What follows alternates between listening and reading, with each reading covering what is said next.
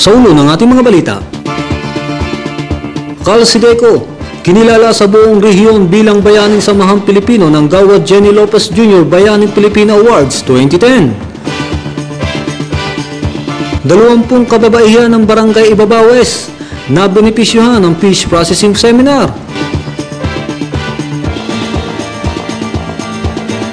Kaarawan ni Birheng Maria, gininita sa ibang paaralan sa lungsod.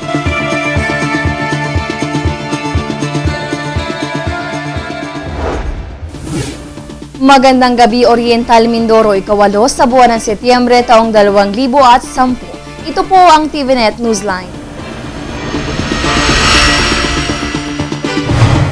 At sa detalye ng ating mga balita. Umaga na ikawalo ng Setyembre ng iba't ibang pribadong paaralan sa lungsod tulad ng Holy Infant Academy, Lunagoco Colleges at Divineward College of Calapan ang nagtiwang ng kaarawan ng mahal na ina ng laging saklolo na si Maria. Sa Lunagoco Colleges, kada oras ay nagro-rosaryo ang mga guro, mag-aaral at mga empleyado bilang parte pa rin ng selebrasyon. Kung dati-rati matapos ang misa ng pagunita at pag-aali ng bulaklak sa mahal na ina, dahilan sa kapistahan ng Immaculate Conception, ay wala ng klase ang mga mag-aaral sa mga nabanggit na paaralan. Iba ang sitwasyon sa ngayon, kung saan regular classes ang naging sistema dahilan nga sa naipit ang araw na ito, sa kawalan na naman ng klase sa Biyernes sa pagkatapos ng pakikisa sa Ramadan ng Sambayanan.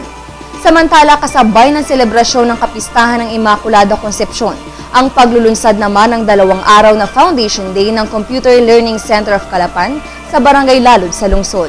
Sinimula ng selebrasyon sa misa ng pasasalamat at pagunita na rin sa araw ng mahal na inang si Maria bilang kanila ring patron.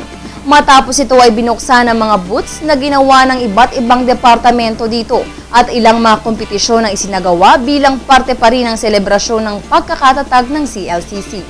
Bukas ika-9 ng buwang kasalukuyan ng huling araw ng CLCC Foundation Celebration, kung saan ilang mga aktibidad pa ang kanilang nakatakdang gawin sa isang kilalang resort sa lungsod.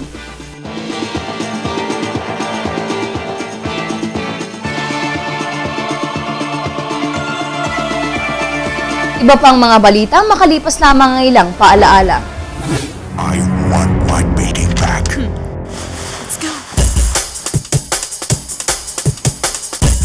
Door.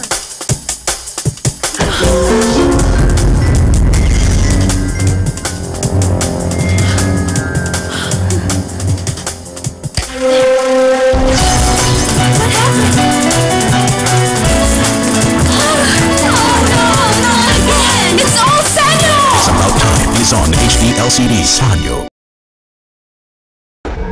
Bakit ka kasi kumabit? Alam mong di tama yan, di ba? Huwag ka nang gumamit ng pag-aari ng iba. Nakakaperwisyo ka sa mga legal na cable. Lumalabo ang signal nila. Mahiya ka naman, hoy. Illegal na cable mo, putulin na.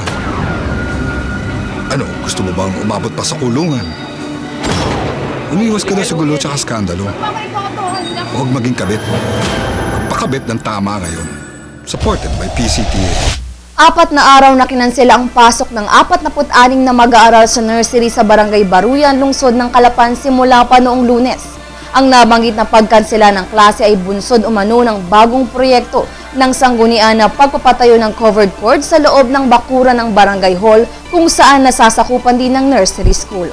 Mas minabuti umano ng sanggunian, magulang at guro na kanselahin na lamang ang pasok hanggang Huwebes upang makaiwas sa anumang panganib na pwedeng idulot ng konstruksyon. Mano-mano ang ginagawang proyekto dahilan upang mas maging delikado ito higit sa mga batang mag-aaral kung hindi kakanselahin ang pagpasok ng mga ito. Isa pa sa sinasabing panganib sa mga mag-aaral ay ang matutulis na bakal at gamit pang konstruksyon na maaaring maging dahilan ng aksidente. Para maging safe ang mga bata dahil delikado.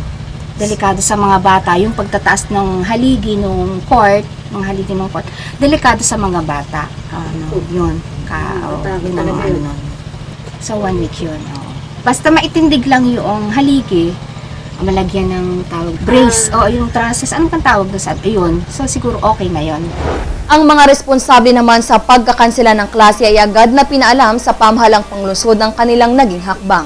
Tuloy naman ang pasok ng guro sa naturang daycare center at ilang transaksyon ng barangay. Inaasahan ring matatapos ang proyekto hanggang Sabado at maaari na umanong bumalik sa regular na klase sa susunod na linggo.